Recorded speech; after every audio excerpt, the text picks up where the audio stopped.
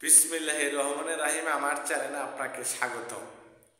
বর্তমান প্রেক্ষাপট এবং বর্তমান অবস্থার পরিপ্রেক্ষিতে আমি বলতে চাই, আপনারা একটা গল্পের মাধ্যমে বোঝার চেষ্টা করবেন। একটা জায়গায় ফুটবল খেলা হচ্ছে, সেই ফুটবল খেলায় দুপক্ষ মাঠে নেমে গেছে। ধরেন লাল দল আর সবুজ দল। লাল দল সবুজ দল মাঠে নেমে গেছে। ইতিমধ্যে লাল দলের কিছু খেলোয়াড় আসে নাই বা উপস্থিত হয় নাই, বা ধরেন যে একজন অসুস্থ আর একজন খেলবে না, এভাবে লাল দলের খেলোয়াড় খুবই কম এবং তারা মাঠেই নামতে ভয় পাচ্ছে সবুজ দলের কাছে। কারণ সবুজ দল অনেক শক্তিশালী, অনেক বিদেশি খেলোয়াড় এবং বিভিন্ন খেলোয়াড় নিয়ে তারা উপস্থিত হয়েছে, মাঠে নেমেছে। কিন্তু ইতিমধ্যে তারা কোনো রকমভাবে মাঠে নেমে গেছে। নামার কারণে, লাল দল নামার কারণে বুঝতে পারছে তো যে দুর্বল দল। সবুজ দল যখন বল টান দেয়, বলটা যখন গোলের কাছে যায়, তারা গোলে শট মারার সাথে সাথে গোল হয়ে যায়। কারণ গোলরক্ষকও তেমন ভালো নয়, আর তাদের যে অধিনায়ক, সেই অধিনায়কও ভালো নয়। একটা পর্যায়ে খেলার মাঝখানে কি হলো, সেই লাল দল মাঠ থেকে উঠে আসলো। তখন কিন্তু একটা গোল সবুজ দল দিয়েছে। তখন লাল দল যে কোনো উসুল্লা দিয়ে যে কোনোভাবে উঠে চলে আসলো। আসার কারণে এখন রেফারি তো সবুজ দলকে বিজয় দিয়ে দিবে। এদিকে লাল দল আবার বিভিন্ন লোকজন জড়ো করে বিভিন্ন কিছু নিয়ে গ্যামজাম করার চেষ্টা করছে, যে তাদের খেলোয়াড় নাই, কিন্তু জনসমর্থন ছিল, জনগণ ছিল, তাদের দর্শক ছিল, তারা গ্যামজাম করার চেষ্টা করছে। তখন রেফারি কি করলো, এটা বুঝতে পেরে তিনি গোল দিয়ে সবুজ দলকে বিজয় দিয়ে দিলেন এবং বিজয় ঘোষণা করে দিলেন।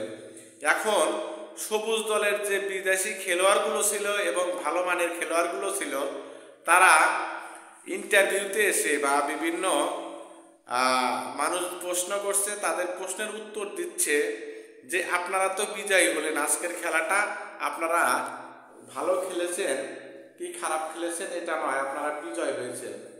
তখন সবুজ দলের যে অধিনায়ক ছিল, সে সুন্দর চমৎকারভাবে কিছু বর্ণনা করলেন। সেই বর্ণনাগুলোই আপনাদের মাঝে বোঝানোর চেষ্টা করছি। তিনি বর্ণনা দিলেন, ভাই, সমান মাপের খেলোয়াড় না হলে খেলা জমে না। আর ফুটবল খেলার মাঠে অবশ্যই প্রতিপক্ষ হতে হবে শক্তিশালী, তাহলে যাচাই বাছাই করা যাবে এবং খেলাটা আপনারা উপভোগ করতে পারতেন। এখানে লাল দলের খেলোয়াড়গুলো নেই, আউট।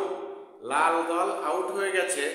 এই কারণে খেলা আমরা খেলেছি, কিন্তু মনের তৃপ্তিটা পাই নাই, মনের তৃপ্তিটা আসে নাই। আর মনের তৃপ্তিটা আসবেই কিভাবে? কারণ যে ফরেনার বিদেশি খেলোয়াড়গুলো নিয়ে তারা মাঠে নেমেছে সবুজ দল, সেই সবুজ দল আশা করেছিল একটা শক্তিশালী দল পেয়েছি, ভালোভাবে খেলবো, ভালোভাবে খেলাধুলা করে আমরা বিজয় অর্জন করব। কিন্তু কি হলো, বিজয় হয়েছে, কিন্তু সেই বিজয়টা গ্রহণযোগ্যতা হয় নাই।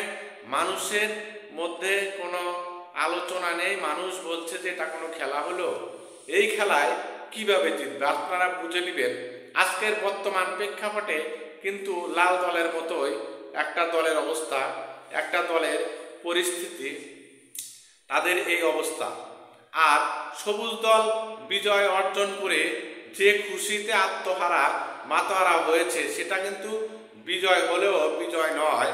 তার অধিনায়ক বলে গেলেন যে আমি ভেবেছিলাম যে ভালো শক্তিশালী একটা দল পাবো, সুন্দর করে খেলবো, আর তা হলো না, এটা বিজয়ের মধ্যে পড়ে না। তাই আপনাদের বলি, ভাই, যাই কিছু করবেন চিন্তা ভাবনা করে করবেন। সকল বিজয় কিন্তু বিজয় নয়, অনেকেই হেরে গিয়েও বিজয় অর্জন করে, এগুলো আপনারা মাথায় রেখে চলবেন। মহান রাব্বুল আলামিন আমাদের সবাইকে হেদায়েত দান করুন।